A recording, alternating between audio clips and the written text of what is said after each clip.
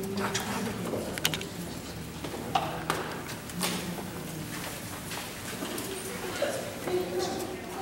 afternoon. First of all, I'd like to welcome Congressman Deutch to Malaluka Elementary School. Although I have to say that he's no stranger to our public schools in Palm Beach County. I've known him for many, many years, back in the days when he was only a state senator, and he's always been an advocate for our public school system, and we very much appreciate what he's done for us. Palm Beach County School District has $3.7 billion of infrastructure and equipment. And like any landowner, we need money to make sure that our infrastructure is maintained and modernized.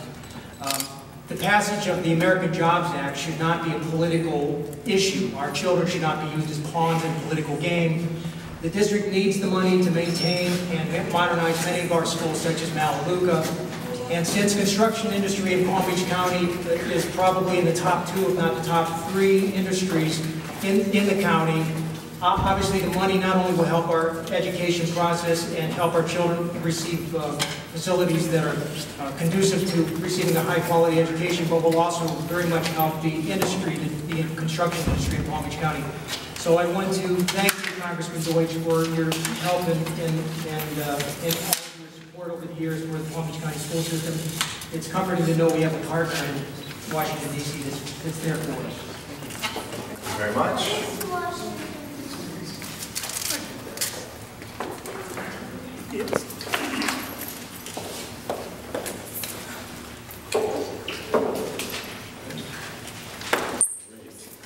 Thank you very much, Frank. It's a thrill for me to be here at Malaluka Elementary, especially with the students here. Thanks you guys for being here. I'm honored to be joined not only by Frank Barbieri, the chair of the Palm Beach County School Board, but by Chuck Shaw, whose district we actually stand in. Thank you, Chuck, for being here and welcoming me here, and Marcia Andrews as well. Marcia, thank you very much for what you do, and thanks for being here. I am honored to be here with Dr. Deborah Maupin, the principal of Malaluka. It's an honor to be in your school, Dr. Maupin. And Vice Principal Amy Thomas is here as well. Thank you for being here. I'm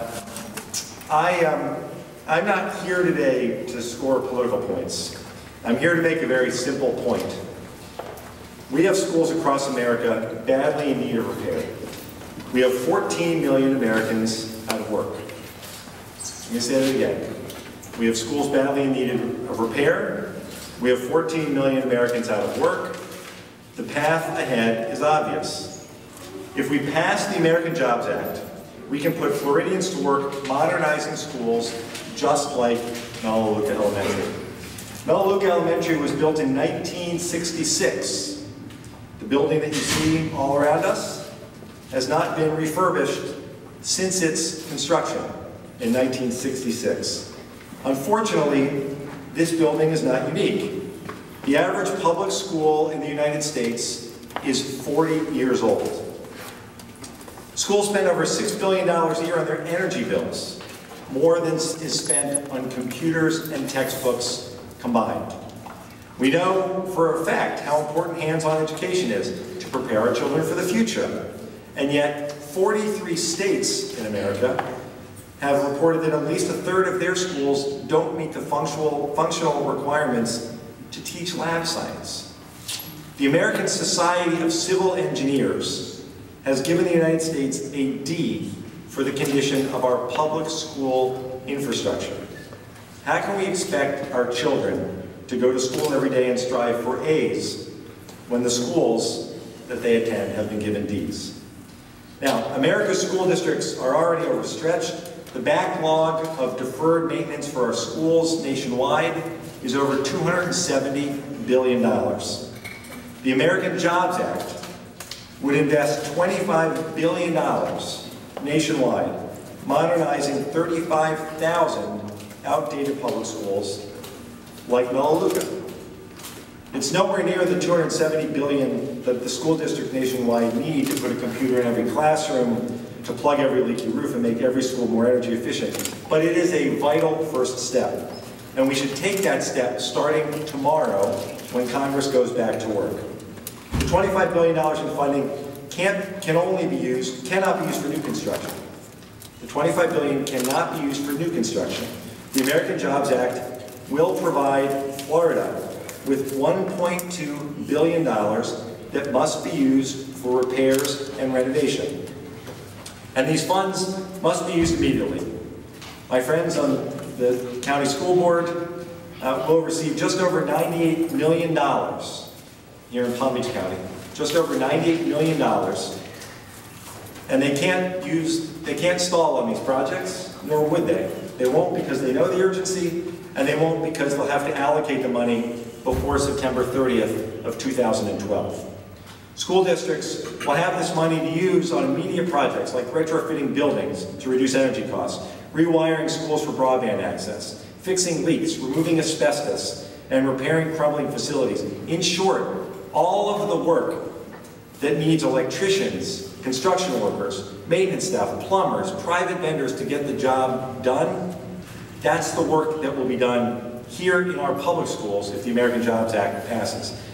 Now, unfortunately, I know what the school districts are dealing with. Governor Scott's budget aimed to cut taxes this past year for some, but for the first time in decades, the budget denied every school district across our state the funds for much needed repairs.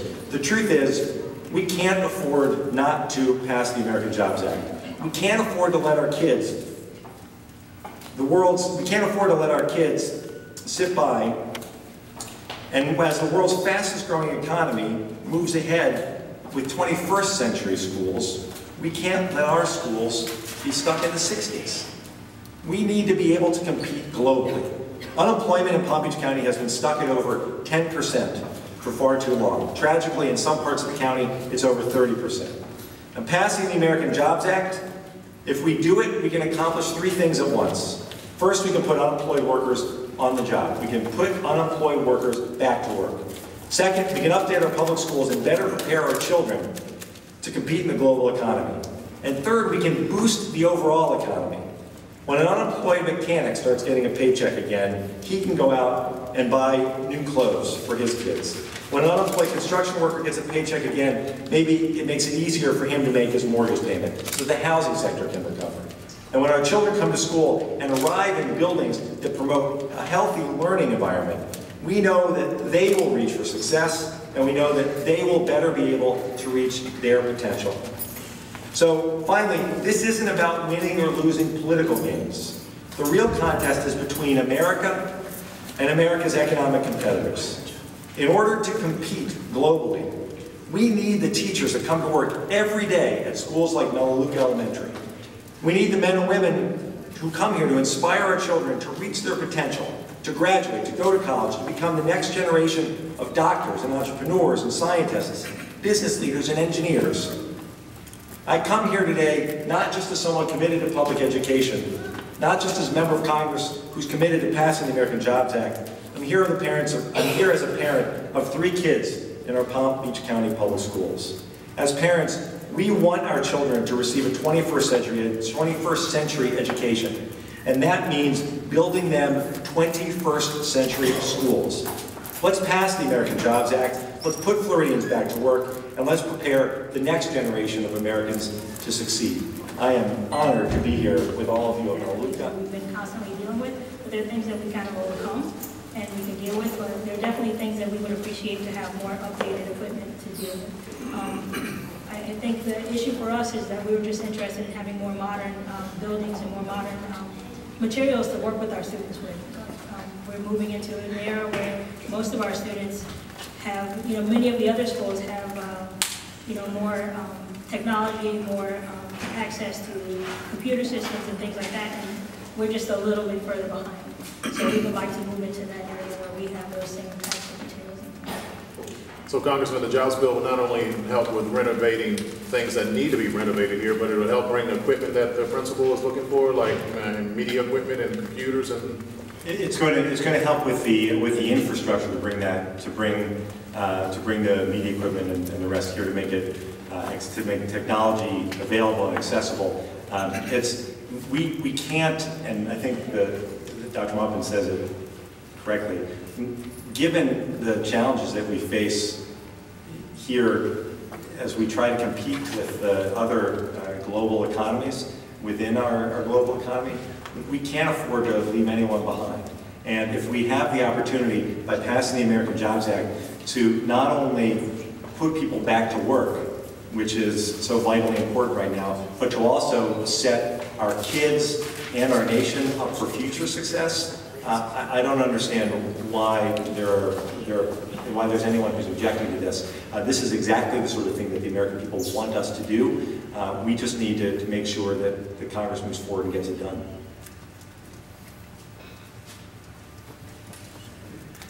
Great. All right. Thanks, everybody. Thank you for being here. Thanks, kids.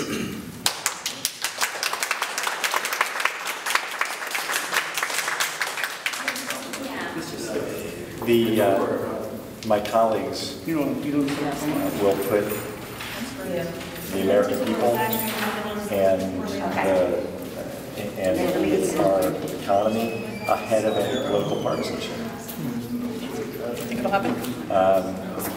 I don't think that we have a choice. I think failing to act at a time when the American people have repeatedly told us and have loudly told us that they want Congress to act on their behalf and help put people back to work, that failure to act would be an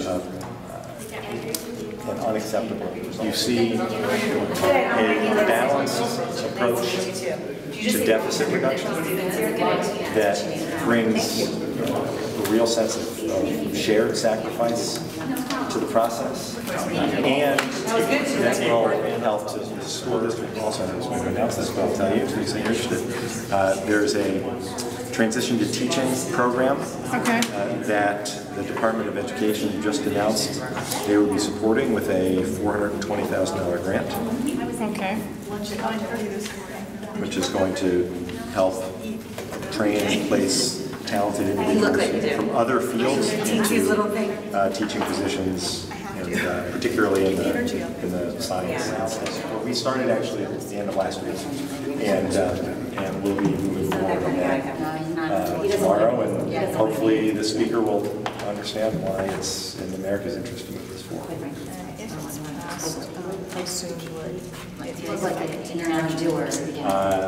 Take effect immediately after the Congress passes and the President signs it. Immediately. Thank you so much. You're welcome. Nice to see you. Wonderful day. You too. Thanks.